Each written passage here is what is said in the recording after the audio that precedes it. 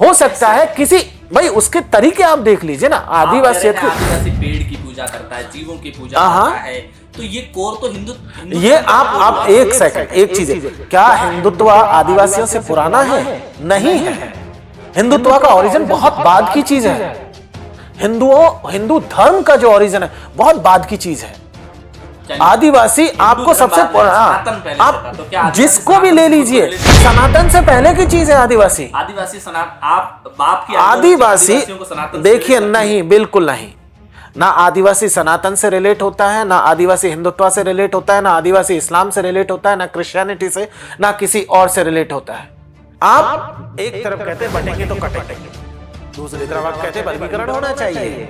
अगर मैं एक सवाल करूं कि ये पार्टी क्या है? पॉलिटिक्स के साथ साथ तमाम तरीके के डिस्कोर्स में देख लीजिए तो आदिवासियों का सिर्फ इस्तेमाल हुआ कि आदिवासियों को धीरे धीरे एलिमिनेट किया जा रहा है।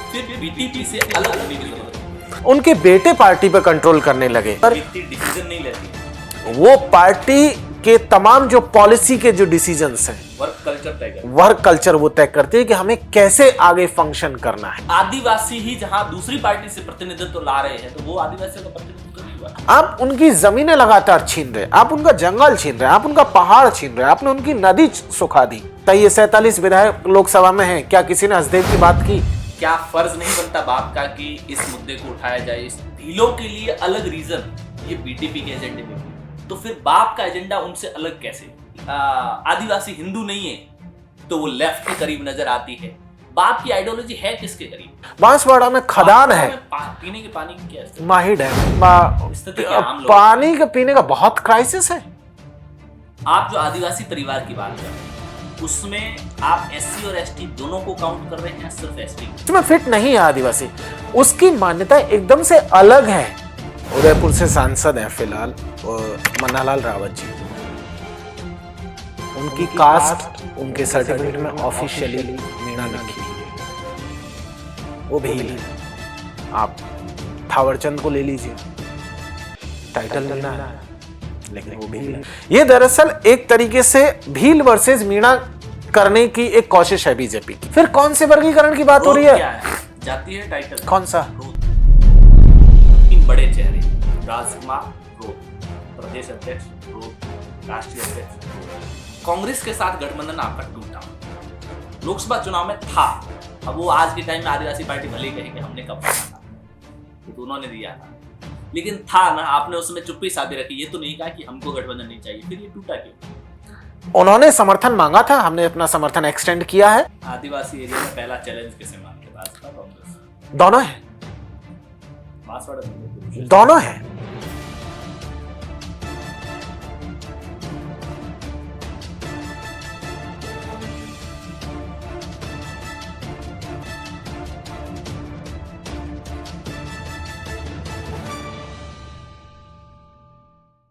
नमस्कार, पॉलिटिकल पंचायत देख रहे हैं आप, आपके साथ मैं हूं हिंगलाज दान। राजस्थान की राजनीति में 2018 के जब विधानसभा के चुनाव परिणाम आए थे, तो दो पार्टियों ने सबसे ज्यादा लोगों का ध्यान अपनी ओर खींचा था। एक राष्ट्रीय लोकतांत्रिक पार्टी और दूसरी भारतीय ट्राइबल पार्टी। ट्राइबल पार्टी जो 2017 के गुजरात चुनावों से पहले छोटू भाई वसावा ने गुजरात में बनाई थी और 2018 में अपने प्रत्याशी दक्षिणी राजस्थान की कुछ सीटों पर भी उतारे थे। 2 सीटें जीती भारतीय ट्राइबल पार्टी ने। उसके बाद में लोकल बॉडी के इलेक्शन हो, नगर निकायों के चुनाव हो, भारतीय ट्राइबल पार्टी ने जिस तरीके से अपना विस्तार किया या जन समर्थन हासिल किया, बीजेपी और कांग्रेस दोनों के लिए चिंता बढ़ी। लेकिन 2023 में तस्वीर बदली। भारतीय ट्राइबल पार्टी के दोनों विधायक या प्रमुख पदाधिकारी सबने भारतीय ट्राइबल पार्टी छोड़ी और भारत आदिवासी पार्टी नाम से एक नई पार्टी बनाई। चुनाव परिणाम आने से पहले तक राजनीति के विश्लेषक हो या मीडिया के कैमरे हो, बहुत ज्यादा भारत आदिवासी पार्टी की ओर नजरें नहीं रही। लेकिन चुनाव परिणामों में जो वोट शेयर हासिल किया, 3 सीटें जीतने में कामयाबी हासिल की, 1 दर्जन के लगभग ऐसी सीटें जहां पर 20, 30, 40 और 60 हजार तक वोट हासिल की। 2024 के लोकसभा चुनाव हुए तो बांसवाड़ा और डूंगरपुर सीट भारत आदिवासी पार्टी जीतने में कामयाब रही और भारत आदिवासी पार्टी के परिणामों को पॉलिटिक्स के डार्क हॉर्स के रूप में देखा जा रहा है। लेकिन अभी तक बहुत ज्यादा लोग भारत आदिवासी पार्टी के बारे में डिटेल में जानते नहीं। आज इसी पर चर्चा के लिए हमारे साथ जितेंद्र मीणा जी हैं, जितेंद्र मीणा जी मूल रूप से राजस्थान के ही गंगापुर सिटी से हैं। डीयू और जेएनयू दिल्ली से उन्होंने पढ़ाई की है। फिलहाल डीयू की श्यामलाल कॉलेज में इतिहास के प्रोफेसर है। आपका बहुत बहुत स्वागत। बहुत बहुत शुक्रिया। आप पार्टी के राष्ट्रीय प्रवक्ता है, लिहाजा किसी भी पार्टी को समझने के लिए उसके प्रवक्ताओं से बेहतर, उनकी मतलब पब्लिक डोमेन में उन पार्टी की बात रखने वालों से बेहतर कोई नहीं समझ सकता। अगर मैं एक सवाल करूं कि ये पार्टी क्या है, क्या है ये पार्टी, किस विचार पर चल रही है, और आपको क्यों लगता है कि बीजेपी या कांग्रेस नहीं, ये पार्टी होनी चाहिए जनता का विकल्प? देखिए, भारत आदिवासी पार्टी को लेकर के अगर हम लोग कहें तो मैं ये कहूँगा कि भले ही ये पॉलिटिकल पार्टी के तौर पर रजिस्टर्ड है इलेक्शन कमीशन के में जो है, लेकिन ये एक परिवार की तरीके से काम करती है और इसका बेस भी एक परिवार है जिसका नाम है आदिवासी परिवार। पिछले 70-75 सालों में आज़ादी की बाद से हम लोग ये लगातार एक चीज़ महसूस करते आ रहे हैं कि जिस तरीके से पॉलिटिक्स में आदिवासियों को साइडलाइन किया गया, पॉलिटिक्स के साथ साथ तमाम तरीके के डिस्कोर्स में देख लीजिए तो आदिवासियों का सिर्फ इस्तेमाल हुआ। उन्हें एक तरीके से कह लीजिए मतगणना जो रजिस्टर था उसमें दर्ज एक आंकड़े के तरह उनको इस्तेमाल किया गया, उसके बाद उसे निकाल करके फेंक दिया गया। कभी उस पर कोई चर्चा नहीं हुई। तमाम पार्टियां आई, अलग अलग सरकारें बनी और तमाम सरकारों का फोकस जो है गैर आदिवासी समाज रहा। उनके हित को लेकर के काम हुए, उनके इंटरेस्ट को प्रोटेक्ट करने को लेकर काम हुए, लेकिन आदिवासियों को लेकर के आप देखेंगे तो कोई काम नजर आता नहीं है। और इसी तरीके से हमने लगातार ये प्रक्रिया बहुत लंबे समय तक देखी और जब हमें ये महसूस हुआ कि अगर यही प्रोसेस चलता रहा तो स्थिति वो होने वाली है जैसे कि अमेरिका के भीतर वहां के रेड इंडियंस के साथ हुआ, ऑस्ट्रेलिया के भीतर वहां के नेटिव इंडियंस के साथ हुआ, और देश के और दुनिया के अलग अलग हिस्सों में वहां के जो नेटिव लोग थे, जो मूल निवासी थे, जो आदिवासी थे, उनके साथ जो स्थिति हो रही थी वही स्थिति हमें भी इस देश में होती हुई दिख रही थी कि आदिवासियों को धीरे धीरे एलिमिनेट किया जा रहा है, एक ऑर्गेनाइज वे में एलिमिनेट किया जा रहा है। ऐसे में जरूरी था कि कैसे हम अपने आप को बचाएं, और ये मेन सवाल था कि हम सिर्फ राजनीतिक प्रतिनिधित्व का मामला नहीं है, ये मसला था कि हम अपना अस्तित्व कैसे बचाएं। और उसी अस्तित्व को बचाने के लिए हम लोगों ने एक परिवार बनाया जिसका नाम था आदिवासी परिवार। 2015 के आसपास हमने बनाया और इसका मेन काम यह था कि कैसे हम आदिवासी भाषा, संस्कृति, अपनी पहचान, अपने टोटम, अपने कस्टम, अपनी जो परंपराएं हैं, धार्मिक परंपराएं हैं, हम अपनी धराड़ी है, उसको बचाएं। जो और भी उसमें कुरीतियां आ गई थी समाज के भीतर, उसको भी एलिमिनेट करने की बात हम लोग करने लगे। और एक तरीके से हम लोगों ने एक सांस्कृतिक चेतना शिविर की फॉर्म में इस काम को करना शुरू किया और हम पूरे आदिवासी इलाकों में इसको लेकर के घूमने लगे। और उसका नतीजा ये निकला कि हम लगातार, हमें जो है एक पॉपुलर सपोर्ट मिलने लगा। धीरे धीरे हम लोग जो है अलग अलग विंग्स बनाने लगे। खास करके अगर बात करें तो यूथ विंग बनने लगी। उसके अलावा हम लोगों ने विद्यार्थी मोर्चे बनाए और अलग अलग जो है ऑटो यूनियंस और वो छोटी छोटी जो है संगठन बनाना शुरू किया ताकि हम लोग यूनाइट कर सके लोगों से। और वहीं से ये प्रक्रिया शुरू हुई और यूथ विंग से जो हम लोगों को सपोर्ट मिला उससे लगने लगा कि क्यों ना हम भी अपना राजनीतिक प्रतिनिधित्व हासिल करें। और उस दिशा में हम लोगों ने जो है 2018 का चुनाव लड़ा और उससे आगे की जो है कहानी आपको पता है। आप भारतीय ट्राइबल पार्टी से अलग हुई। दर्शकों के लिए मैं बता दूं कि भारतीय ट्राइबल पार्टी को शॉर्ट में बीटीपी कहते हैं और भारत आदिवासी पार्टी को बाप कहते हैं। आगे से जब मैं बाप बोलूं तो आप उसका मतलब भारत आदिवासी पार्टी से ले, और बीटीपी बोलूं तो भारतीय ट्राइबल पार्टी से। वो भी आदिवासियों के क्षेत्र में ही विशेष तौर से काम करती थी, उन्हीं के मुद्दों पर काम करती थी। फिर बीटीपी से अलग होने की जरूरत क्यों पड़ी? देखिए, बीटीपी का गठन 2017 में हुआ था। माननीय छोटू भाई बसावा गुजरात के एक बड़े ट्राइबल नेता के तौर पर रहे हैं पिछले 40 सालों में, और उनकी ये पार्टी थी। और उन्होंने जब पार्टी बनाई थी तो उनका मोटो भी यही था कि कैसे वो देश भर के आदिवासियों को, और खास करके ये जो गुजरात और राजस्थान मध्य प्रदेश के बॉर्डर के हिस्से वाले जो आदिवासी, इनको कैसे यूनाइट कर सकें।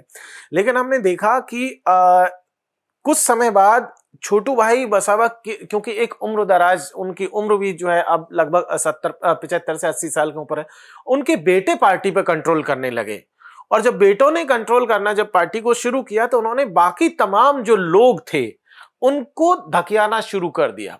और आदिवासियों के भीतर एक पुरानी ट्रेडिशन है। वो ट्रेडिशन ये है कि हर एक कम्युनिटी का, हर एक ट्राइबल ग्रुप का अपना एक इलाका है जिसमें वो स्वतंत्र है अपने डिसीजंस लेने के लिए।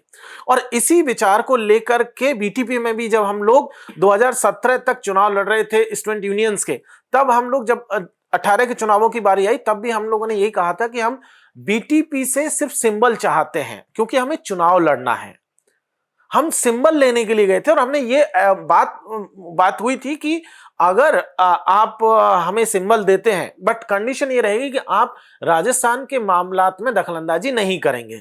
लेकिन ऐसा नहीं हुआ। कुछ समय बाद उनके बेटे महेश भाई वसावा, उन्होंने उसमें इंटरफेयर करना शुरू किया।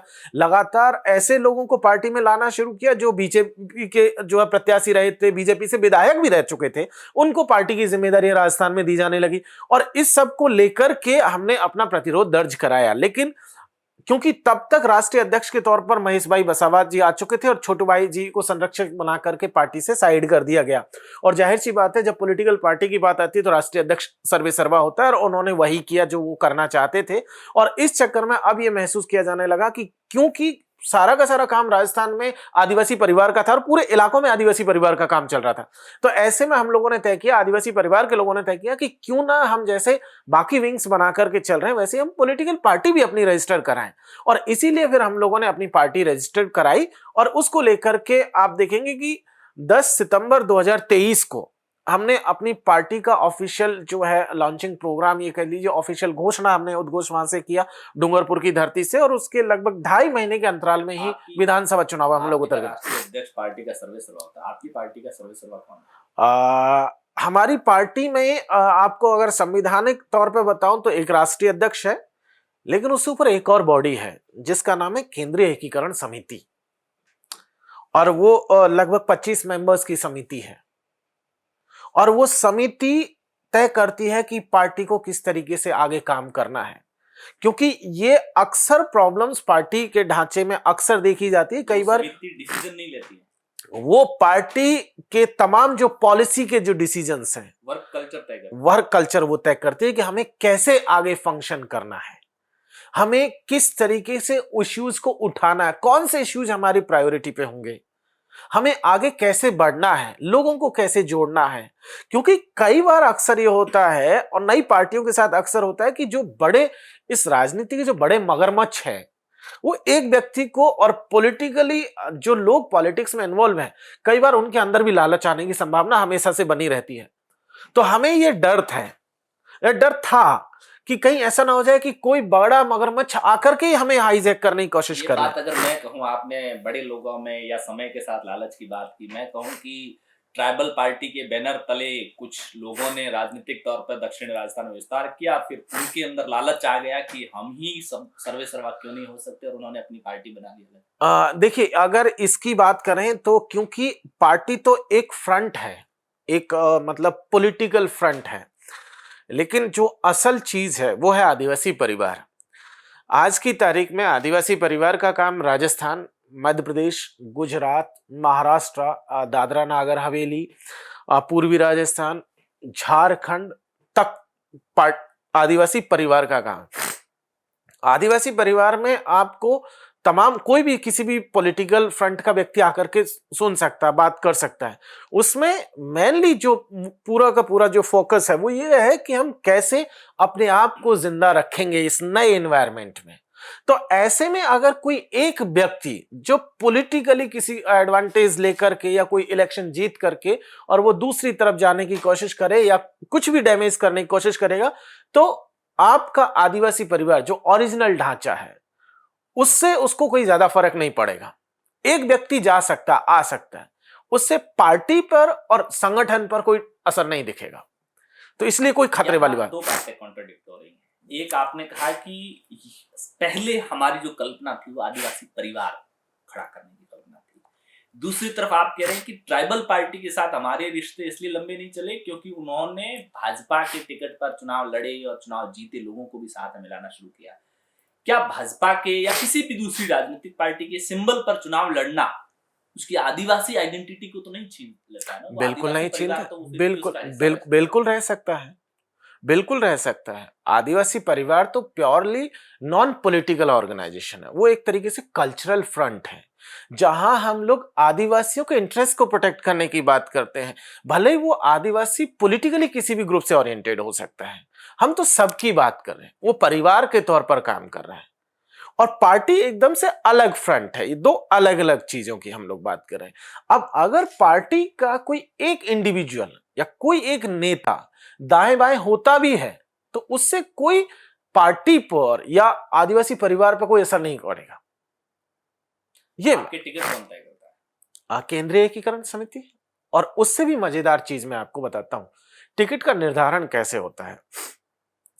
संविधान में एक प्रावधान है जन प्रतिनिधि सिलेक्शन प्रणाली।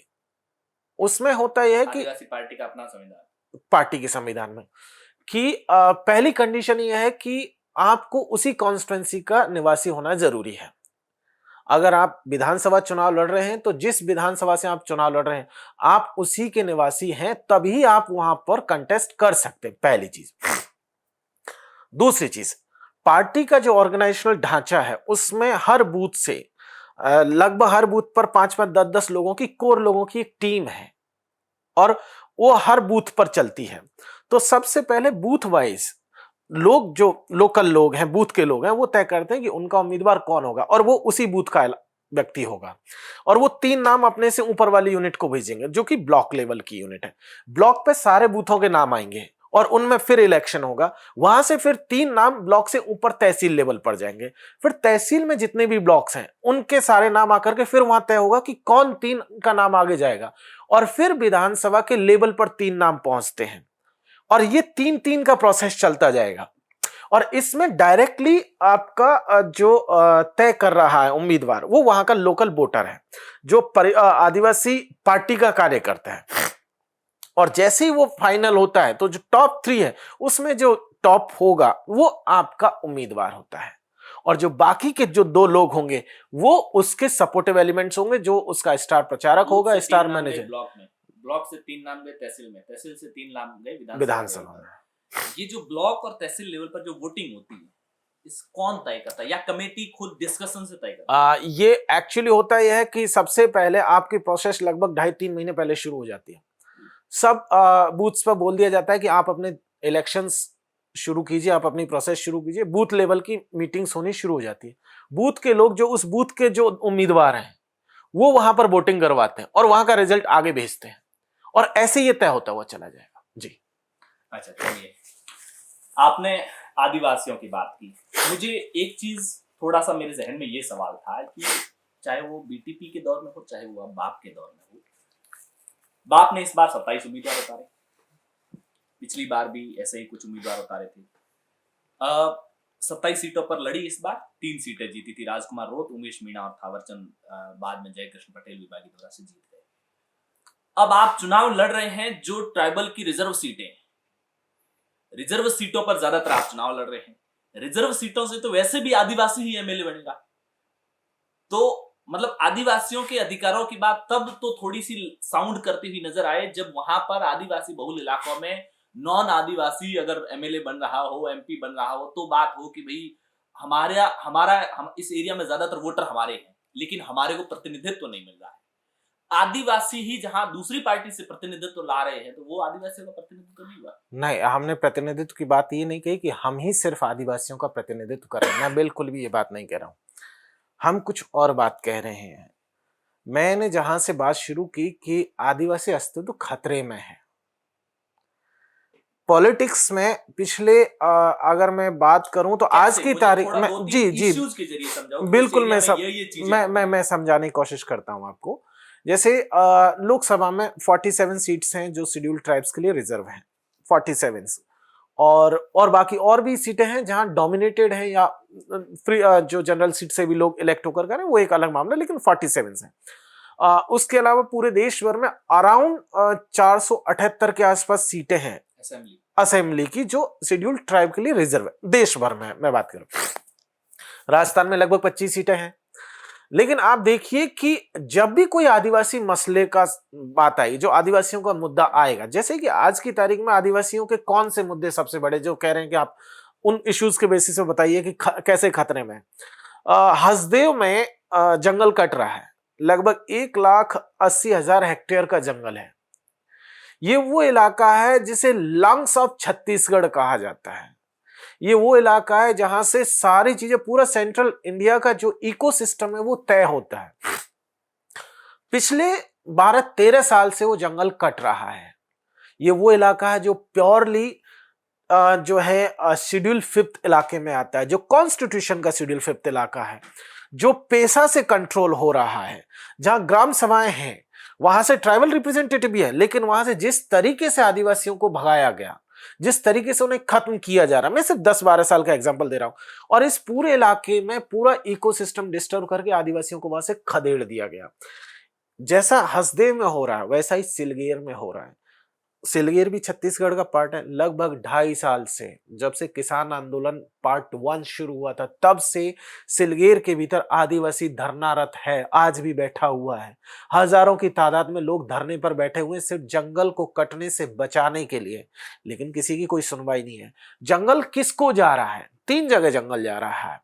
एक कॉरपोरेट्स को जा रहा है, एक सरकारी फॉर्म्स है वो उसका इस्तेमाल कर रही है, जो सफारी पार्क बन रहे हैं उसके नाम पर हो रहा है, टूरिज्म के नाम पर हो रहा है, या कोई और पार्क बनाया जा रहा है उनके नाम पर हो रहा है, नेशनल हाईवेज के नाम पर हो रहा है, आपका रेल के लाइन पर हो रहा है, कोई और डैम बनाने हैं, कोई माइनिंग करना है उसके नाम पर हो रहा है, आपको डिफेंस पर्पज से आप जमीन ले रहे हैं। आपने सारा ट्राइबल इलाका, उसमें जितने भी गवर्नमेंट प्रोजेक्ट्स थे वहां आपने जाकर के जो है लगाना शुरू कर दिया, और पूरे ट्राइबल इलाके की जो जमीनें थी वो आपने लेना शुरू कर दिया। बिना जमीनों के, बिना जंगल के आदिवासियों की कल्पना भी हम नहीं कर सकते। आप सोचे कि जंगल से निकल करके आदिवासी नोएडा में या दिल्ली में आकर के रहना शुरू कर दे और वो सर्वाइव हो जाए, वो नहीं हो पाएगा। आदिवासी का मतलब सिर्फ किसी इंसान से नहीं है। आप सोचिए कि अंडमान का जो जारवा कम्युनिटी के लोग हैं या सेंटिनल कम्युनिटी के लोग हैं, उनको लाकर के आप दिल्ली में बसा दे और वो जिंदा रह जाएंगे, वो नहीं पॉसिबल है। सेम बाकी के आदिवासियों के साथ में है। आप उनकी जमीनें लगातार छीन रहे, आप उनका जंगल छीन रहे, आप उनका पहाड़ छीन रहे, आपने उनकी नदी सुखा दी, आपने उनके तमाम नेचुरल रिसोर्सेज अपने प्रॉफिट के लिए लूटना शुरू कर दिया। और आदिवासियों को क्या किया? आदिवासी जो, अगर हम लोग देखें तो आजादी की बाद से आज तक जितना डिस्प्लेसमेंट डेवलपमेंट प्रोजेक्ट्स के नाम पर हुआ है, उसमें मोर देन 50% से ज्यादा आदिवासी आबादी है पूरे देश में। अगर आदिवासियों की इतनी बड़ी क्वांटिटी में, इतनी बड़े नंबर्स में अगर आदिवासी डिस्प्लेस हो रहा है, तो क्या किसी ने सोचा है वो कहां गए लोग? आदिवासी आबादी लगातार, कम्युनिटी वाइज देख लीजिए तो लगातार घटती जा रही है, लगातार घटती जा रही है। आदिवासी भाषाएं लगातार खत्म होती जा रही है, आदिवासी संस्कृति लगातार खत्म होती जा रही है, और ऐसे आदिवासी खतरे में है। तो जितने भी विधायक और सांसद विधानसभा और लोकसभा में हैं, आज की तारीख में आप बताइए 47 विधायक लोकसभा में हैं, क्या किसी ने हसदेव की बात की? नहीं की। हसदेव पर आज की तारीख में छत्तीसगढ़ के बाहर, छत्तीसगढ़ में भी कुछ लोग बात कर रहे हैं, लेकिन इन जनरली कोई बात नहीं करने को राजी है। आप सिलगेर पे कोई बात करने को राजी नहीं है। आप देख लीजिए जिस तरीके से कूनो का प्रोजेक्ट आया मध्य प्रदेश में, नामीबिया से चीते लाकर के बसाए गए। पिछले लगभग 23-24 साल पहले वो जमीन हथियाई गई थी, वहां पर दर्जनों गांव वहां से खाली कराए गए। आज की तारीख में उन आदिवासियों को कोई पता नहीं है, और चीते लाकर के, 9 चीते लाकर के बसा करके उस इलाके को किसी तरीके से ऑक्यूपाई करके रखने की कोशिश की गई। चीतों का क्या हुआ पता नहीं, लेकिन आदिवासी खत्म हो गए। आप आ गए पहले बात या बाप के नेताओं की कुछ चुप्पियां भी सवालों के घेरे में है। जैसे आप अभी जंगल की बात कर रहे थे, आप भी आदिवासियों की बात कर रहे थे। राजस्थान के अंदर ये जो नामीबिया से लाकर के चीते जो मध्य प्रदेश में बताए गए कूनों के जंगल, उसी से सटे हुए इलाके के अंदर राजस्थान में 12 जिले में शायद पड़ता है, 1,19,000 पेड़ काटे जा रहे हैं। प्रोजेक्ट है अभी, मतलब प्रपोज्ड परमिशन मिल चुकी है, पेड़ काटने की परमिशन मिल चुकी है, और ये बताया गया है कि उसके बदले में आपको जैसलमेर में इतने ही जमीन दी जाए। वहां पेड़ पनप पाने ही अपने आप में सपना है, ये तो सिर्फ खाना पूर्ति कागजों पर हो जाएगा कि इधर 4 एकड़ में पेड़ काट रहे हो आप, उधर 400 एकड़ में पेड़ लगा रहे हो, वहां पेड़ पनपना नहीं। फिर चलो बाकी के एरियाज में तो ट्राइबल पार्टी बाप ने अभी तक मान लो विस्तार नहीं किया होगा। राजस्थान में तो आपके पास में 3-4 एमएलए भी है, सांसद भी है, 13-14 सीटें ऐसी है जहां पर आपको अच्छा खासा वोट मिला है। क्या फर्ज नहीं बनता बाप का कि इस मुद्दे को उठाया जाए, इस जंगल को भी बचाना महत्वपूर्ण है जहां 150 प्रकार की प्रजातियों वनस्पति है। सिर्फ यही नहीं, आप जिसकी बात कर रहे हैं वो श्योपुर का प्रोजेक्ट है, और जो मध्य प्रदेश और राजस्थान के बॉर्डर पर है, मेनली 12 डिस्ट्रिक्ट का ये हिस्सा है। सिर्फ वही नहीं, मैं आपको बताऊं तो राजसमंद, जहां पर 2022 के वन्य जीव अभ्यारण्य जो संशोधन अधिनियम था उसके तहत राजसमंद प्लस धौलपुर करौली, यहाँ पर भी टाइगर प्रोजेक्ट के नाम पर जमीनें ली गई हैं। और यहाँ पर लगभग राजसमंद में 50 गांवों को नोटिस मिला है, लगभग 45 के आसपास गांव हैं जिनको धौलपुर में नोटिस दिया गया इविक्शन का कि गांव खाली कीजिए। करौली में घड़ियाल बचाओ एक प्रोजेक्ट आया है जिसमें चंबल नदी के किनारे की जो जमीनें हैं उसको लेकर के भी नोटिस दिए गए हैं। और उसके साथ साथ बांसवाड़ा में एक और प्रोजेक्ट आया है, न्यूक्लियर पावर प्लांट का प्रोजेक्ट है जो कि बांसवाड़ा जिले में है लेकिन रतलाम और बांसवाड़ा की सीमा से लगा हुआ हिस्सा है। ऐसे करके मतलब राजस्थान के एक बड़े हिस्से में इस तरीके के प्रोजेक्ट्स आए हैं। हमने हर एक पर आवाज उठाई है। मैं आपको बताऊं कैसे। सबसे पहले जब पार्लियामेंट का सत्र चल रहा था, हमने पार्लियामेंट के भीतर सवाल लगाए, इनको लेकर के सवाल पूछे गए, इनको रोकने के लिए हम लोगों ने आवाज उठाई। हमने मिनिस्ट्रीज को चिट्ठियां लिखी, राजस्थान सरकार को लिखी, श्योपुर वाले का स्पेशली क्योंकि आपने रेफरेंस दिया तो आपको बता दूं कि उस पर कोर्ट ने अभी स्टे लगाया है। कोर्ट ने कहा है कि जब तक मामला खुद संज्ञान लेते हुए कि जब तक मामला सेटल ना हो जाए तब तक इसको रोक दिया जाए। लेकिन इसीलिए यहीं से हमारी जरूरतें भी बढ़ती हैं कि जब पूरे देश में इतने सारे सांसद विधायक जब कोई चुप है तो ऐसे में हमारा ये फर्ज बनता है और हम खुद इसको संज्ञान ले रहे हैं। और ऐसा नहीं कि जहां हम चुनाव लड़ रहे हैं वहीं ले रहे हैं, जहां हम चुनाव नहीं लड़ रहे हैं वहां पर भी ले रहे हैं। करौली में हमारा कोई प्रोजेक्ट नहीं, करौली में हमने कोई चुनाव नहीं लड़ा अभी तक, माधोपुर में भी अभी तक कोई चुनाव नहीं लड़ा, लेकिन वहां पर भी हम लोग संज्ञान लेकर के स्वतः ही आगे से ही जो है गवर्नमेंट के साथ कम्युनिकेट कर रहे हैं और उन प्रोजेक्ट्स को किस तरीके से इविक्शन को रोका जाए। नहीं, साइलेंट चिट्ठी जैसे होती है, चिट्ठी कैसे होती है, मतलब मुझे लगा प्रोटेस्ट नजर में आया। नहीं, प्रोटेस्ट भी नजर आया होगा अगर आपने देखा होगा तो। पॉलिटिक्स में कई साइलेंट कम्युनिकेशन भी होते हैं। नहीं ऐसा नहीं है। देखो बांसवाड़ा में प्रोटेस्ट हुआ, बांसवाड़ा में वो पब्लिक प्रोटेस्ट था जो न्यूक्लियर पावर, क्योंकि वहां पर बांसवाड़ा वाले में ये था कि जमीनें हथियाना शुरू कर दिया था, इनमें अभी नोटिसेस पे काम चल रहा है। सरकार अभी तक तो शुरुआती दौर में, वहां सेकेंडरी स्टेज में पहुंच गया मामला, तो वहां प्रोटेस्ट भी हुआ, वहां पर पब्लिक के बीच में भी कम्युनिकेशन हुआ, पब्लिकली जो है आपका स्टेटमेंट भी जारी किए गए, पब्लिकली एक दूसरे को चिट्ठियां भी लिखी गई, वो पब्लिक डोमेन में भी है। जी, बाप की आइडियोलॉजी में कई जगह पर मुझे कॉन्ट्रडिक्शन नजर आता है, जैसे या फिर हम कहें कि वो कैसे अलग हैं ये समझ नहीं आता है। जैसे जब हम, वैसे तो बाप एक बंद डिब्बा है, उसकी पार्टी की वर्किंग, पार्टी की कल्चर, पार्टी की कैसे चीजें चल रही है वो उस एरिया से बाहर रह करके बहुत ज्यादा समझ नहीं आती, क्योंकि इंटरनेट पर बहुत लिमिटेड इंफॉर्मेशन अवेलेबल। लेकिन दो कोर एजेंडे में आते हैं, जिसमें एक भील प्रदेश की डिमांड और दूसरा कि जो पॉलिटिकल डिसीजंस है वो हायर अथॉरिटी के पास ना होकर लोअर अथॉरिटी के पास होना चाहिए। आप बीटीपी से अलग हुए, भीलों के लिए अलग रीजन ये बीटीपी के एजेंडे में भी है, तो फिर बाप का एजेंडा उनसे अलग कैसे हो?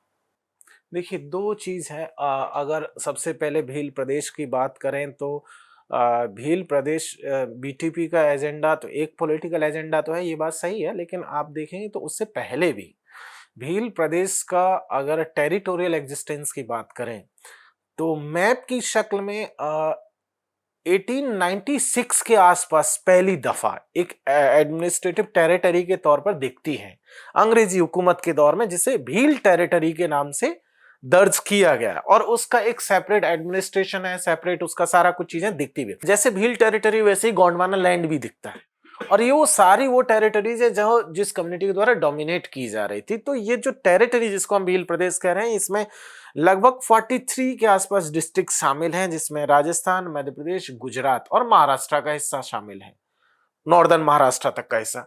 और ये भील बाहुल्य इलाका है। ठीक, क्यों इसकी बात आ रही है? जब ये पहले से ये चला आ रहा था, लेकिन आजादी के बाद में सवाल के सेंस में मैं रेफरेंस भी आपको बताता हूं। 10 सितंबर 2023 को बाप की स्थापना होती है और स्थापना के दिन ही कांतिलाल रोध से इस बारे में सवाल किए जाते हैं।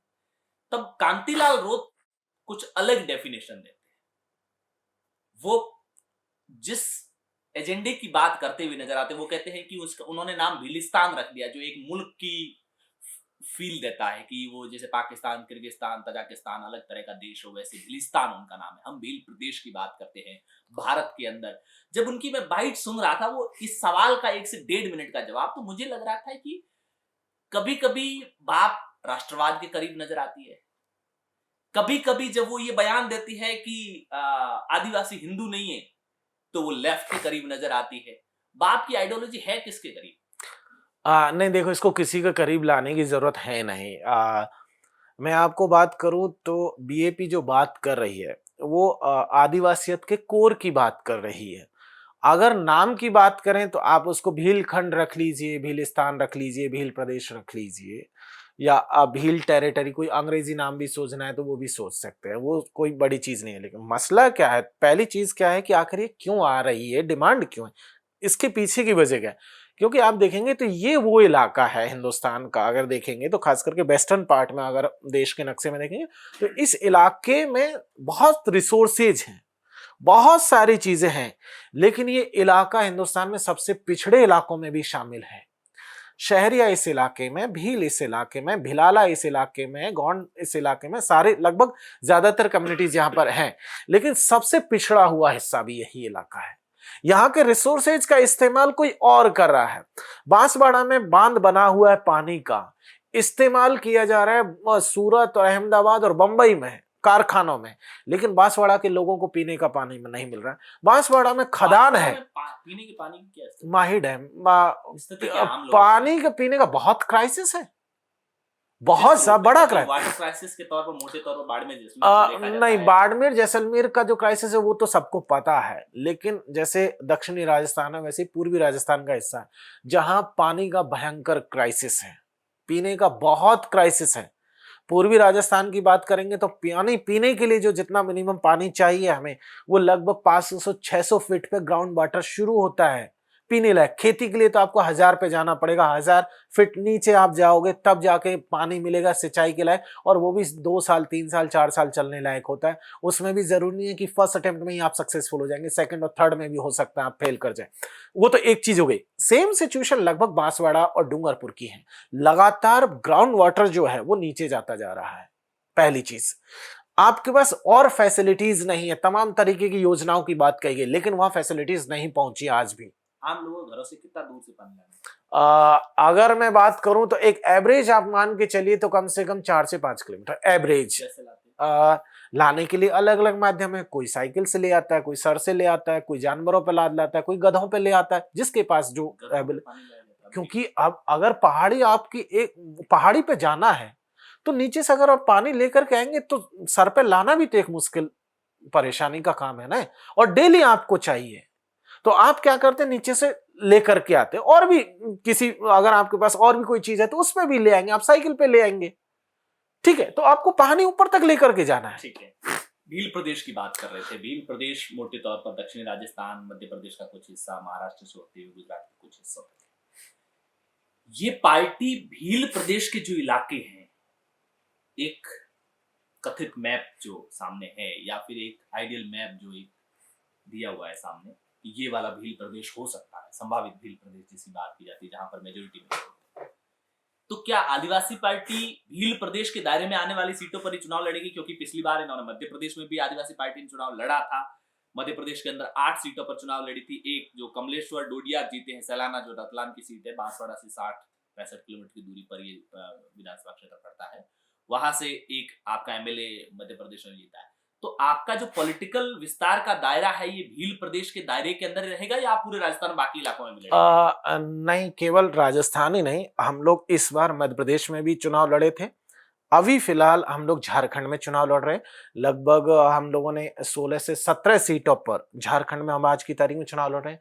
हम महाराष्ट्र के भीतर भी चुनाव लड़ रहे हैं। हमने लोकसभा चुनाव दादरा नगर हवेली में भी जो है वो कंटेस्ट किया था, बट वो एक्चुअली माफी चाहूंगा, बुखार और खांसी की वजह से थोड़ा बार बार खांसी हो जाती है। तो दादरा नगर हवेली में भी हमने किया था, लेकिन वो किसी वजह से फॉर्म जो है वो हो गया।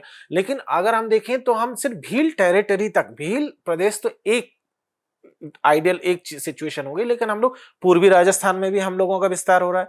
आप देखेंगे तो जैसे कि अभी पूर्वी राजस्थान में बाई इलेक्शन चल रहे हैं, देवली उनियारा की सीट पे इलेक्शंस है, वहां भी भारत आदिवासी पार्टी ने अपना जो सपोर्ट है वो एक्सटेंड किया है एक निर्दलीय उम्मीदवार के पक्ष में, नरेश मीणा जी के पक्ष में। तो ये ऐसा नहीं है कि हम भील प्रदेश की ही पार्टी हैं। हम मूलतः जो है, देखो हमारी कोर में भी अगर हम बात करेंगे तो हम आदिवासियत की जो वैल्यूज हैं, जैसे कि जो आपकी आदिवासियत की हमारी वैल्यू क्या, और ये एक और चीज यहां क्लियर करना जरूरी है, क्योंकि नाम में भारत आदिवासी पार्टी है, तो ये सिर्फ ऐसा भी नहीं है कि किसी को समझ में ये आए कि सिर्फ आदिवासियों की पार्टी, वो भी नहीं है। ये पार्टी बेसिकली आदिवासियत की जो वैल्यूज हैं, और वैल्यू कौन कौन सी है आपका, आप सबसे पहले सहअस्तित्व, सामूहिकता, सहजीविता, ये तीन बहुत मेजर इंपॉर्टेंट चीज है किसी के लिए भी। सामूहिकता, क्योंकि हम लोग उस चीज में विश्वास कर रहे हैं कि इंडिविजुअल के बजाय हम समूह पर फोकस करें, समाज के एक बड़े हिस्से पर फोकस करें, उसका इंटरेस्ट किस चीज में, बजाय इंडिविजुअल का इंटरेस्ट किस चीज में है। सहअस्तित्व, हम सबके साथ मिलकर के कैसे जिंदा रह सकते हैं। जिंदा रहने के लिए सिर्फ इंसानी की बात नहीं हो रही है, हम अपने जानवर जो जंगल में है, अपने खेत में जो जानवर है, अपने घर में जो पाल रहे हैं, उनके साथ साथ हम लोग तमाम चीजों के साथ कैसे जिंदा रह सकते हैं, उसकी हम लोग बात कर रहे हैं। और वही हमारे पार्टी का जो है आइडियल। पार्टी के नेताओं के बयान आते हैं आदिवासी हिंदू नहीं, आदिवासी हिंदू नहीं। आप जो आदिवासी परिवार की बात कर रहे हैं उसमें आप एससी और एसटी दोनों को काउंट कर रहे हैं या सिर्फ एसटी को? आदिवासी परिवार को अगर बात करें तो इसमें कोई भी व्यक्ति, जैसा मैंने आपको पहले कहा, किसी भी पॉलिटिकल पार्टी से जो भी व्यक्ति बिलोंग करता है वो भी आके, एक सेकंड में आपको क्लियर कर दूं, वो भी आके बैठ सकता है। सेम उसी तरीके से कि समाज के किसी भी हिस्से का वो व्यक्ति हो, न आदिवासी ही नहीं, वो दलित भी है तो भी आके बैठ सकता है, माइनॉरिटी है तो भी आके बैठ सकता है, वो कोई अगर अपर सेक्शन से है तो वो भी आकर के बैठ सकता है, किसी भी समूह का व्यक्ति आकर के बैठ सकता है। क्योंकि हम कोई उसमें उस तरीके की बातें नहीं कर रहे, हम लार्जर कॉन्टेक्स्ट में जो बातें हैं कि समाज में किस तरीके की चीजें चल रही हैं, उनको लेकर के हम कैसे आगे बढ़ सकते हैं, हम उन सब चीजों को लेकर के सामने लेकर के आगे बढ़ रहे हैं, तो उसमें कोई भी आकर के बैठ सकता है, उसमें कोई किसी को ऐतराज नहीं है जी। जब आप आदिवासी परिवार की बात करते हैं तो एक मोटे तौर पर समझ में आता है कि एक बड़े मानव समाज का एक छोटा सा हिस्सा जिसको पर्याप्त प्रतिनिधित्व नहीं मिल रहा है, उसकी अनदेखी हो रही है। इसी अनदेखी के सवाल अब आदिवासियों के भीतर भी, एक राजस्थान में और पूरे देश के अंदर सुप्रीम कोर्ट के एक एडवाइस के बाद में, स्टेटमेंट या जजमेंट उसको नहीं कह सकते फिलहाल, कि एसटी में भी वर्गीकरण होना चाहिए। लेकिन उस मामले में बाप चुप्पी साधे, बाप के नेता चुप्पी साधे। कहा जा रहा है कि आरोप ये भी लग रहे हैं कि दक्षिणी राजस्थान में जैसे एक धार्मिक जो कन्वर्जन होता था, वैसे अब जातीय कन्वर्जन हो रहा है। और अभी आरजेएस का परिणाम आता है।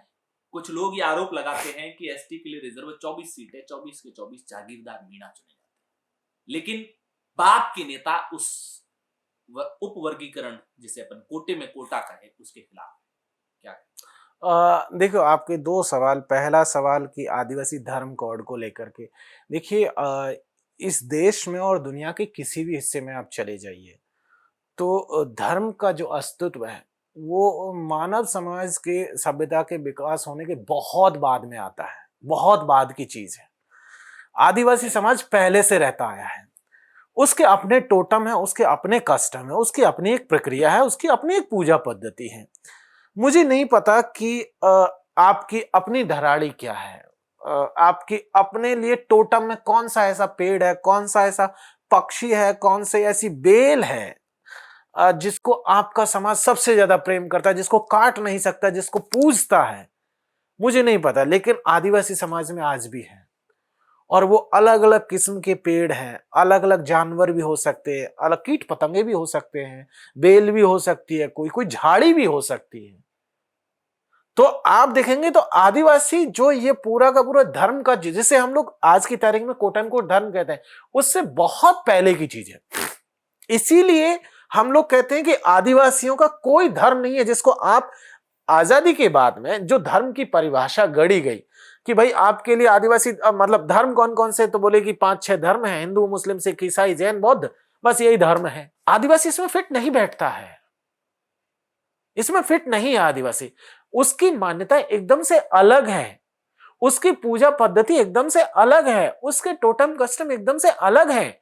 हो सकता है किसी भाई उसके तरीके आप देख लीजिए ना। आदिवासी पेड़ की पूजा करता है, जीवों की पूजा करता है, तो ये कोर तो हिंदू ये आप एक सेकंड, एक चीज है, क्या हिंदुत्व आदिवासियों से पुराना है? नहीं है। हिंदुत्व का ओरिजिन बहुत बाद की चीज है। हिंदू धर्म का जो ओरिजिन है बहुत बाद की चीज है। आदिवासी आपको सबसे आप तो जिसको भी ले लीजिए, सनातन से पहले की चीज है आदिवासी। आदिवासी देखिए, नहीं, बिल्कुल नहीं। ना आदिवासी सनातन से रिलेट होता है, ना आदिवासी हिंदुत्व से रिलेट होता है, ना आदिवासी इस्लाम से रिलेट होता है, ना क्रिश्चियनिटी से, ना किसी और से रिलेट होता है। आदिवासी अलग है, उसको अलग ही रहने दिया जाए।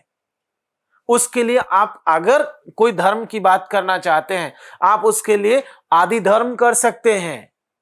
उसको आपको क्यों जरूरत है कि उसे हिंदुत्व के बाइनरी में ही रखा जाए? उसे इस्लाम की आप देखिए, नहीं, बिल्कुल नहीं, एकदम नहीं।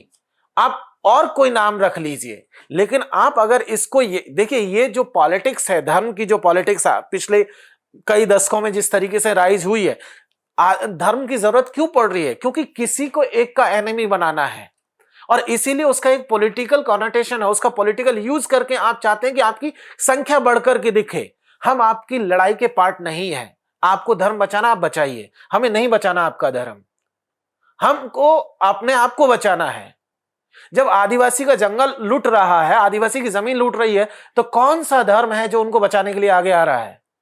कौन सा पुजारी है, कौन सा मौलाना है जो उनको बचाने के लिए आ रहा? पादरी है जो आगे आ रहा हमारी जमीन को बचाने के लिए? नहीं आ रहा ना। आज की तारीख में लड़ रहा है तो आदिवासी खुद लड़ रहा है। उनमें से कोई आकर के हमारा जंगल नहीं बचा रहा, हमारी जमीन नहीं बचा रहा है, कोई आकर के हमारा इतिहास नहीं बचा रहा है।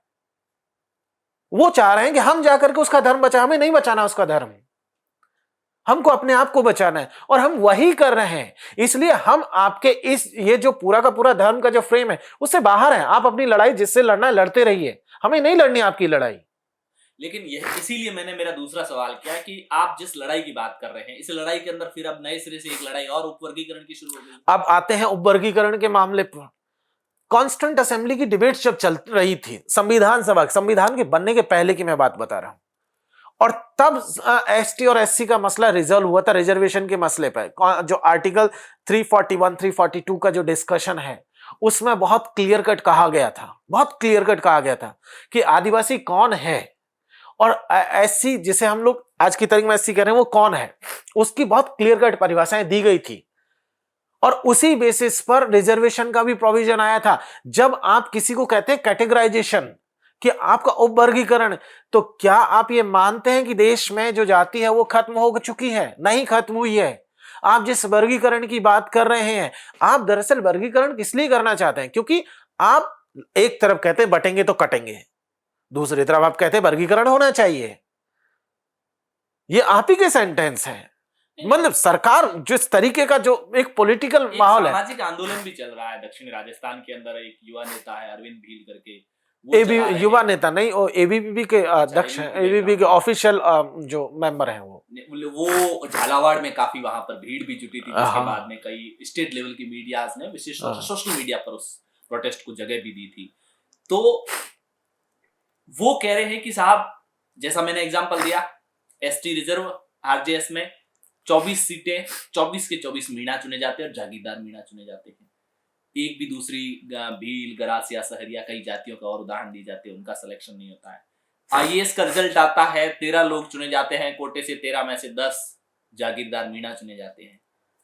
तो जैसे अपन समाज में कि आदिवासियों के अधिकारों की बात करते हैं कि एक वर्ग जो वंचित है उसे अपनी चीजें बचाने का और अपने अधिकार पाने का हक है, तो ये उपवर्गीकरण फिर उनको क्यों नहीं हक मिलना चाहिए? अब मैं एक एग्जांपल देता हूं आपको।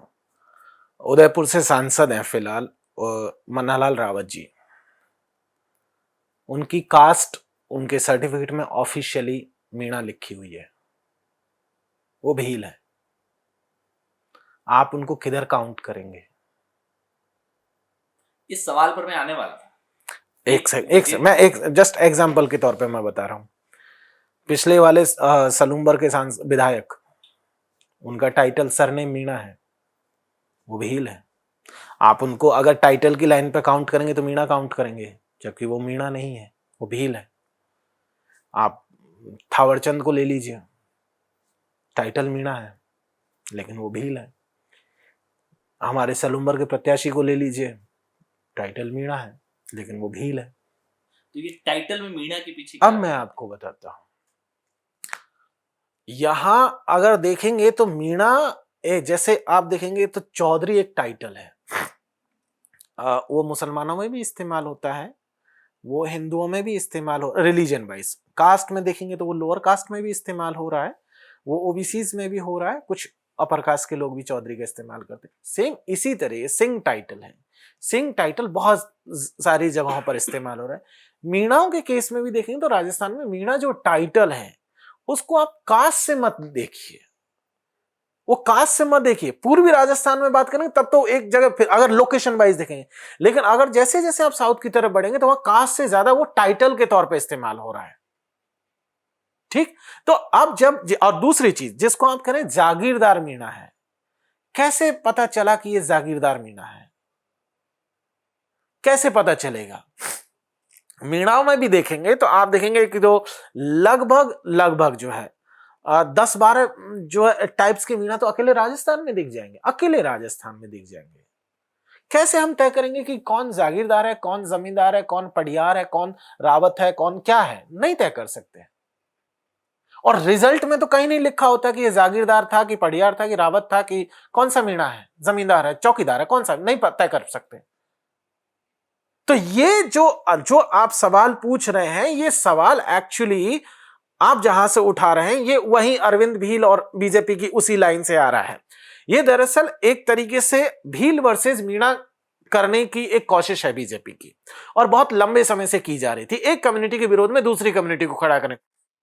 जैसे जाटव भील कहते हैं मैं भील समाज के लिए काम कर रहे हैं, फिलहाल हमारा एबीवीपी या बीजेपी से कोई लेना। ठीक है, अच्छी बात है। भील समाज के लिए अगर वो काम कर रहे हैं तो मुझे लगता है उनको बांसवाड़ा का पावर प्लांट भी पता होगा।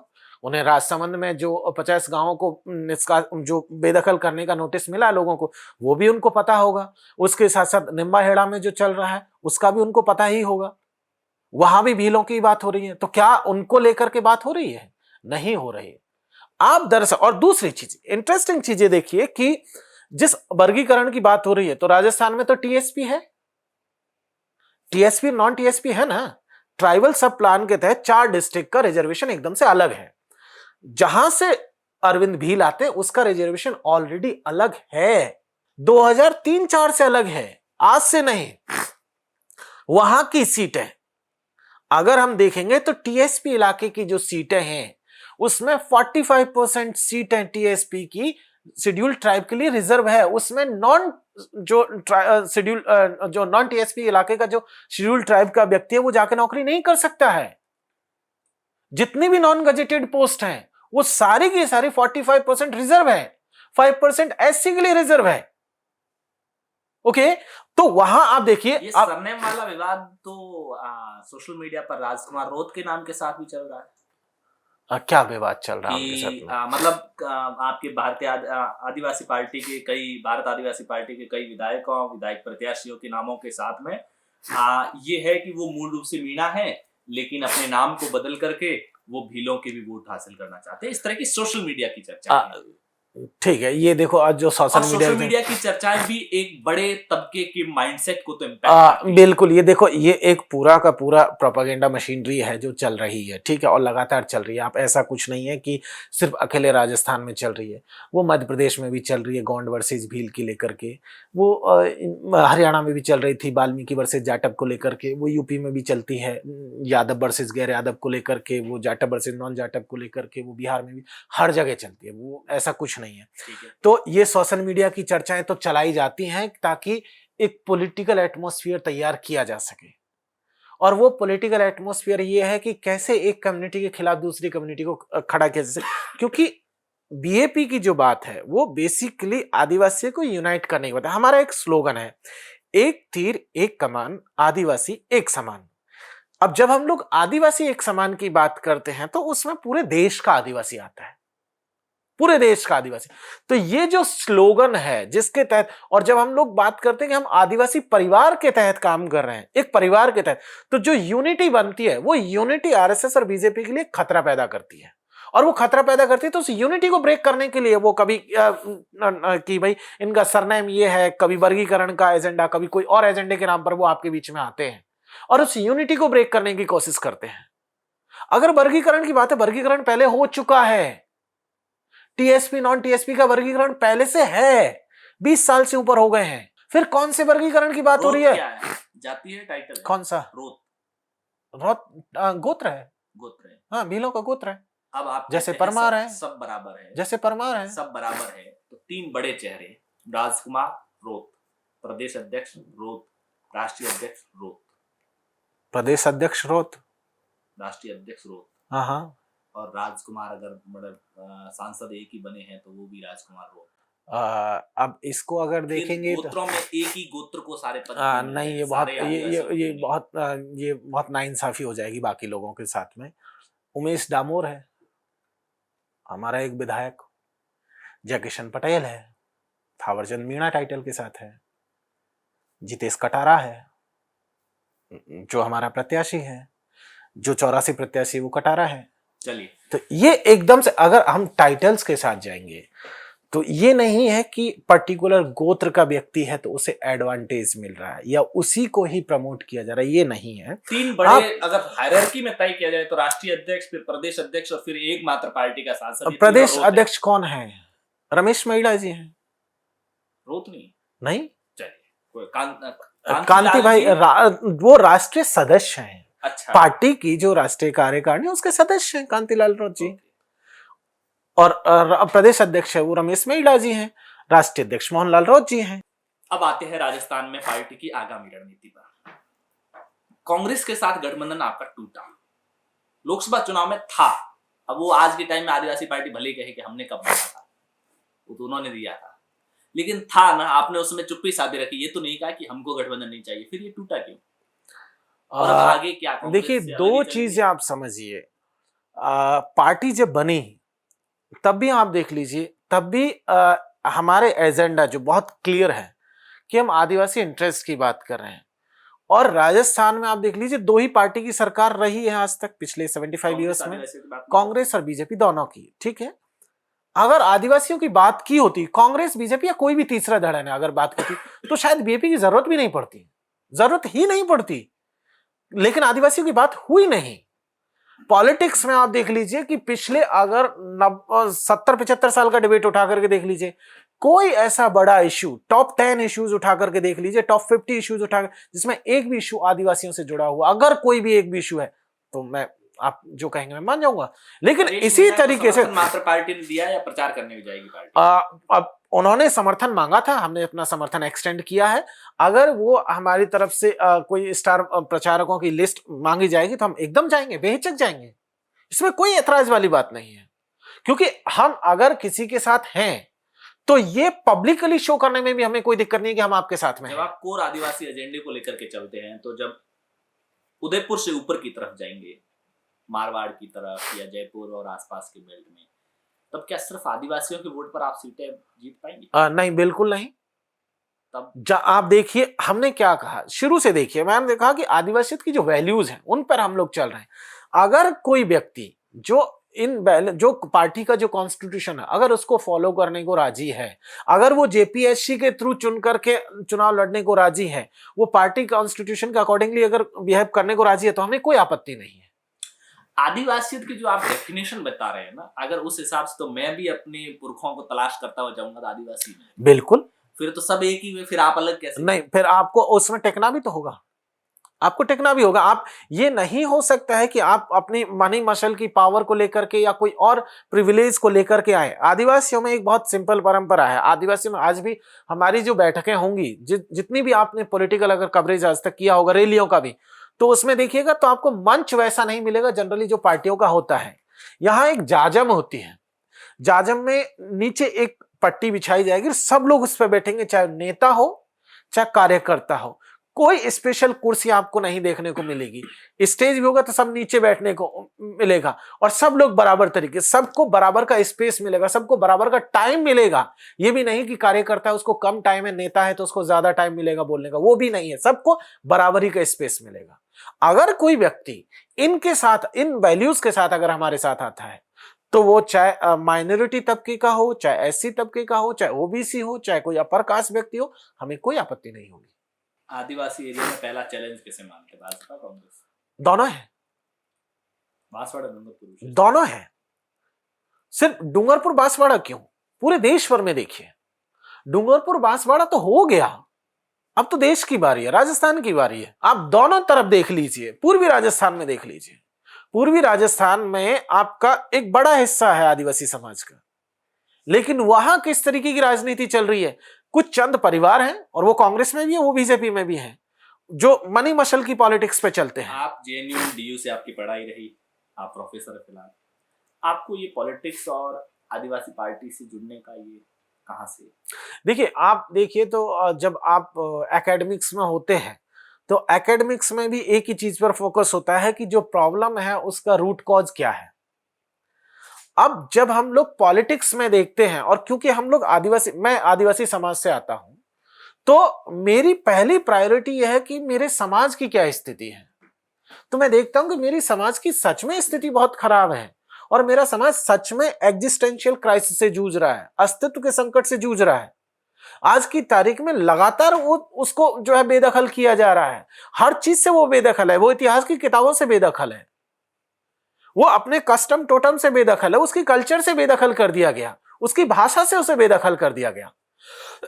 तो अब हमारे लिए चैलेंज है कि हम उसको बचा करके लाएं, और वहीं जब आप रूट कॉज में जाते हैं तो उसके लिए आपको देखना पड़ेगा कि हम कैसे उसको बचा सकते हैं, और उसमें एक आदिवासी परिवार वो नजर आता है, क्योंकि अभी तक जितना भी पॉलिटिकल ऑर्डर हमने देखा है, संगठन देखे। सवाल का मतलब ये था कि आपने पार्टी नेताओं से संपर्क किया था कि मैं पार्टी से जुड़ करके पार्टी के लिए काम करना चाहता हूं, या पार्टी के नेताओं ने आपसे संपर्क किया था, या कैसे हुई थी? मतलब मैं आपको बताऊं तो पार्टी के बनने के पहले से हम लोग साथ में हैं। पार्टी का अस्तित्व 2023 में आया है, लेकिन आदिवासी परिवार के लोग जो हैं, जिसमें राजकुमार रौत जी, राजकुमार रौत जी हैं, मोहनलाल रौत जी हैं, कांति भाई हैं, और भी जो साथी हैं जिनका नाम यहाँ नहीं लेना चाहिए पॉलिटिकल मंच में, क्योंकि वो पॉलिटिकल व्यक्ति नहीं है। तो जो नॉन पॉलिटिकल लोग हैं, जो लगातार आदिवासियों के लिए काम कर रहे हैं, उन सब से हमारा संपर्क पहले का संपर्क है। और उसके बाद हम लोग जो है, ये तो बीटीपी के दौर से हम सब लोग एक साथ काम कर रहे हैं, वो साउथ राजस्थान में काम कर रहे थे, हम पूर्वी राजस्थान में काम कर रहे थे, यूनिवर्सिटीज में काम कर रहे थे, तो वो एक्टिविज्म के चलते हम लोग एक दूसरे के संपर्क में आए, और उसके बाद फिर बाद में पार्टी फॉर्मेशन किया, तो हम लोग फाउंडर मेंबर्स में हैं, मैं भी उनमें से एक हूँ। पार्टी की राजस्थान को लेकर कोई विशेष आने वाले समय में आंदोलन, प्रोटेस्ट, किसी भी तरह की इश्यूज को लेकर कोई तैयारी? कई मसलों को लेकर के है, खास करके पहला मसला तो लैंड का मसला है, और उसके लिए हम लोगों ने पार्लियामेंट के भीतर भी सवाल लगाया था, और उसके आंसर में हम लोगों को जो जवाब मिला था कि किस तरीके से कौन कौन से प्रोजेक्ट से देश भर में और खास करके राजस्थान में कितनी जमीनें कहाँ कहाँ ली जानी है, उसको लेकर के एक बड़ा आंदोलन आपको देखने को मिलेगा, पूरे राजस्थान में देखने को मिला, जितनी हमारी स्ट्रेंथ है। ये चुनावों के बाद, मतलब जैसे ये बाईपोल के बाद में, जैसे हाँ, वो एक चीज। दूसरी चीज हमारा जो मामला है वो है पानी का मसला, क्योंकि पानी का क्राइसिस पूरे आदिवासी इलाकों में है। वो उदयपुर संभाग हो ले लीजिए, बांसवाड़ा संभाग ले लीजिए, आप पूरा का पूरा कोटा संभाग ले लीजिए, पूर्वी राजस्थान में ले लीजिए, सब में एक प्रॉब्लम है और वो पानी की कॉमन प्रॉब्लम है जो आदिवासी के साथ साथ गैर आदिवासी समाज को भी इंस्पायर करे। पानी के इश्यू पर यूं करके बांसवाड़ा डूंगरपुर से यूं निकलते हैं ना, हाँ, तो मैं बाड़मेर वाला बड़ा अजीब फील करता हूँ। नहीं ऐसा पानी के इश्यू के नाम पर यूं निकला जाता है, तो फिर बाड़मेर जैसा नहीं, बिल्कुल ऐसा नहीं है कि हम लोग बाड़मेर और जैसलमेर को छोड़ रहे हैं, ऐसा नहीं है। दरअसल देखिए, मैं बात कर रहा हूँ कि ऑर्गेनाइजेशनल स्ट्रेंथ हमारी अभी कहाँ पर है। देखिए, हम ये क्लेम नहीं कर सकते कि हम पूरे देश में आंदोलन छेड़ सकते हैं। भाई, जो ताकत नहीं है वो नहीं है। जितनी हमारी लिमिटेड स्ट्रेंथ है, जहां पॉलिटिकल प्रॉफिट नजर आ रहा नहीं, है, ये भी नहीं कह सकते। जहां पर आदिवासी परिवार का काम है, आदिवासी परिवार का काम तो देश के बड़े हिस्से में है, लेकिन हम हर जगह चुनाव नहीं लड़ रहे हैं। पॉलिटिकल जो फ्रंट है वो एक अलग चीज है, ठीक है। पॉलिटिकल फ्रंट अलग है और कल्चरल फ्रंट जो आदिवासी परिवार का फ्रंट है वो एकदम अलग चीज है। तो जहां हम लोगों की ताकत है, आदिवासी परिवार की ताकत है, जहां हम लोग काम करें, जहां हमारे साथ लोग जुड़े हुए हैं, आंदोलन वहां होता है जहां लोग जुड़े हुए हों। ठीक है, एक आखिर में मैं सवाल पूछूंगा, प्रैक्टिकली उसका जवाब दीजिएगा, मतलब वर्किंग को लेकर के है कि जैसे आप राष्ट्रीय प्रवक्ता है, जाहिर सी बात है पार्टी की इश्यूज पर आपको मीडिया के सामने स्टैंड पार्टी का रखना पड़ता है। किस मुद्दे पर पार्टी का स्टैंड क्या होगा, ये आपको कम्युनिकेट करने की जिम्मेदारी किसकी है? क्या राष्ट्रीय अध्यक्ष आपको कम्युनिकेट करते हैं कि फला इश्यूज पर हमारा ये स्टैंड रहेगा और इस तरीके से हमें मीडिया के सामने अपना स्टैंड रखना है? वो जो प्रोसेस है वो क्या है? हमारी अपनी नेशनल टीम है, राष्ट्रीय कार्यकारिणी जिसको हम लोग कहते हैं। उसमें कोई भी देखिए, जो सामान्य इश्यूज है उन पे तो चीजें चल रही, लेकिन अगर कोई स्पॉन्टेनियस कोई नया इश्यू आता है तो हम लोग उसमें डिस्कशन कर लेते हैं, भाई ये मसला है और इस पे हमारी क्या पोजीशंस होगी, और उसके बेसिस पर हम लोग फिर आगे की कार्यवाही करते हैं। यही सिंपल प्रोसेस। आपसी डिस्कशन से इंस्टेंट अगर कुछ हो जाए, इंस्टेंटली अगर कुछ है तो हमको तुरंत जो कोर कमेटी में जो राष्ट्रीय कार्यकारिणी के जो 10, 12, 15 लोग जो हैं, और उसमें हम अपना टेक्स्ट करेंगे, या और इंस्टेंट है तो अब जो राष्ट्रीय कार्यकारिणी में जो मेन पदाधिकारी हैं, कार्यकारिणी के सदस्य, जितनों से आप संपर्क साध सकते हैं, साध करके तब सबसे बड़ा स्टार चेहरा राजकुमार राउत जी, कांतिलाल राउत जी, मोहनलाल राउत जी, हमारे अभी जो विधानसभा में जो विधायक दल के नेता हैं, थावरचंद जो है। मैंने स्टार चेहरा इन प्रैक्टिकल पूछा है कि पूरे देश में आप किस चेहरे को आगे देखिए, क्योंकि देखिए दो हमारे चेहरे आज की तारीख में दो सबसे बड़े चेहरों के तौर पे देखेंगे तो, और मेरा ये मानना है कि दो चेहरे क्यों करना, क्योंकि अगर जरूरी होता है कि कोई अगर भाषण देता है अपनी बातों के जरिए पब्लिक को अपनी आइडिया पर कन्विंस करना होता है, तो राजकुमार राउत जी और कांतिलाल राउत जी, ऑब्वियस सी बात है। रोत के अलावा कोई नया नाम? थावरचंद जी। चलिए, बहुत बहुत शुक्रिया। मोटे तौर पर मैंने कोशिश की है भारत आदिवासी पार्टी बाप की वर्किंग को समझने की, किन किन इश्यूज पर पार्टी का क्या स्टैंड है। जितेंद्र जी मीणा हमारे साथ में थे, राष्ट्रीय प्रवक्ता है पार्टी के, काफी खुलकर बातचीत की जी। बिल्कुल, आदिवासी पार्टी के बारे में अभी भी मेरी मतलब जानने की बहुत कुछ इच्छा है, और मैं कोशिश करूंगा कि आप बाप पार्टी परिवार के कुछ और सदस्यों के साथ भी बातचीत की जाए, ताकि बिल्कुल तफसील से, गहराई से और समझा जा सके। आप सभी दर्शकों ने इस पूरी चर्चा को सुना है, आपकी क्या कुछ राय है कमेंट बॉक्स जरूर बताइएगा। पॉलिटिकल पंचायत पर पहली बार आए तो चैनल को सब्सक्राइब कीजिएगा। फिर किसी और शख्सियत के साथ आपसे होगी मुलाकात। आपके मन में जितने भी सवाल है वो हम अपनी तरफ से कोशिश करते सारे सवाल पूछे जा सके और उनके जवाब लिए जा सके। शुक्रिया, बहुत बहुत शुक्रिया।